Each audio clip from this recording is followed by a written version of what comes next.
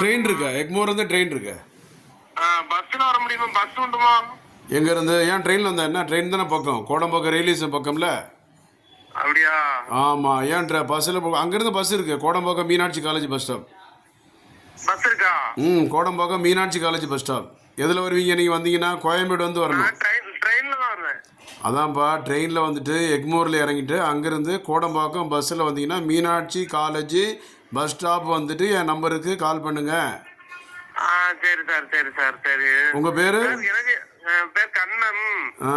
சொல்லுங்க. கன்னியாகுமரி? கன்னியாகுமரி. சரி.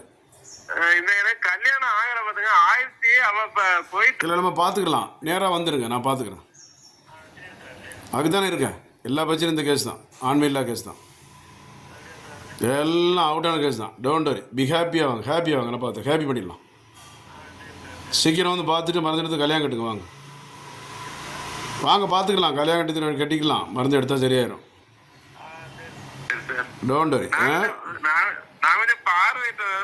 பரவாயில்ல, பார்த்துக்கலாம். கவலைப்படாம நான் பார்த்துக்கிறேன். சரி சார், அம்மா கூட வரேன் சார். வாங்க வாங்க, கோடம்பாக்கம் வந்துட்டு எனக்கு கால் பண்ணுங்கள். கோடம்பாக்கம் ரயில்வே ஸ்டேஷன் வந்துட்டு. சரி சார், சரி. காலைல 7லேருந்து 2. காலைல 7லேருந்து 2க்குள்ள வரணுமா? ஆமாம் ஆமாம், அதுக்கெல்லாம் வந்துடணும். ஓ சரி. அப்போ ஒரு கன்னியாகுமரி வரலாம் வந்தோன்னா ஒரு 9-10 மணிக்கெலாம் வந்துடுவேன். ஒன்றும் பிரச்சனை இல்லை, பார்த்துடலாம். சரி.